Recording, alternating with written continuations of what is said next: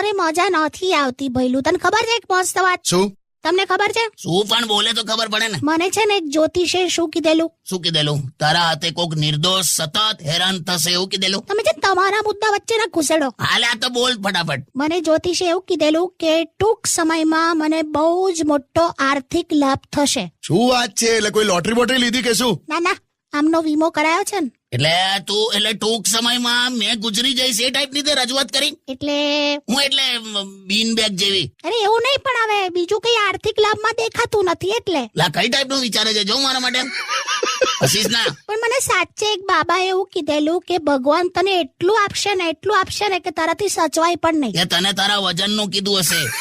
જા સીધા રહેજો. એટલે પણ તું શું પૈસા જો બકા એક વસ્તુ સમજ, દિવસ જ્યારે ઉગે ને માત્ર ત્યારે જ એવું થાય કે જીવનમાં પૈસાની જરૂર છે, પણ દિવસ જ્યારે પતે ને ત્યારે એવું જ થાય કે બસ